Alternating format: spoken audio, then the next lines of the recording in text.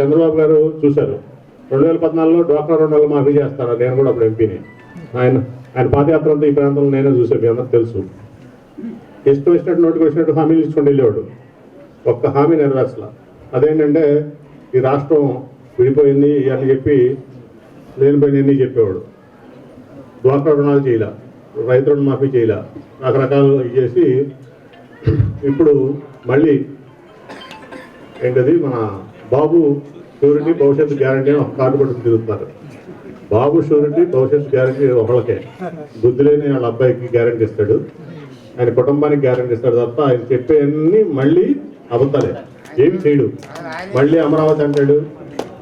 నేను చూసా, అంటే మీకు నేను చెప్పేవాడిని, ఇంటి నుంచి బయటకు వచ్చేవాడు ఒక కార్లో, బుల్లెట్ ప్రూఫ్ కార్లో, ఎదురుగా హెలిప్యాడ్ ఉండేది అంత దూరంలో, హెలికాప్టర్ ఎక్కేవాడు, గన్నవరం ఎయిర్పోర్ట్లో దిగేవాడు, అక్కడి నుంచి స్పెషల్ ఫ్లైట్ వేసుకుని ఢిల్లీ వెళ్ళేవాడు. ఢిల్లీ వెళ్ళి ప్రధానమంత్రి గారి దగ్గరికి వెళ్ళి నేను ఇవన్నీ ప్రత్యక్షం చూశాను కాబట్టి చెప్తున్నాను. సార్ మా రాష్ట్రం ఇదైపోయింది, మాకు డబ్బులు కావాలనేవాడు. ఆయన తిరగగానే ఆయన మాతో చెప్పేవాడు. ఆయన ఒక స్పెషల్ హెలికాప్టర్ ఎక్కాడు, ఇంటి ముందు గన్నవరం ఎయిర్పోర్ట్లో దిగాడు, ఆ నుంచి స్పెషల్ ఫ్లైట్ వేసుకు వచ్చాడు, మీ రాష్ట్రం పెద్ద అంటాడు ఏంటని మాకు చెప్పుకోడు ఆయన.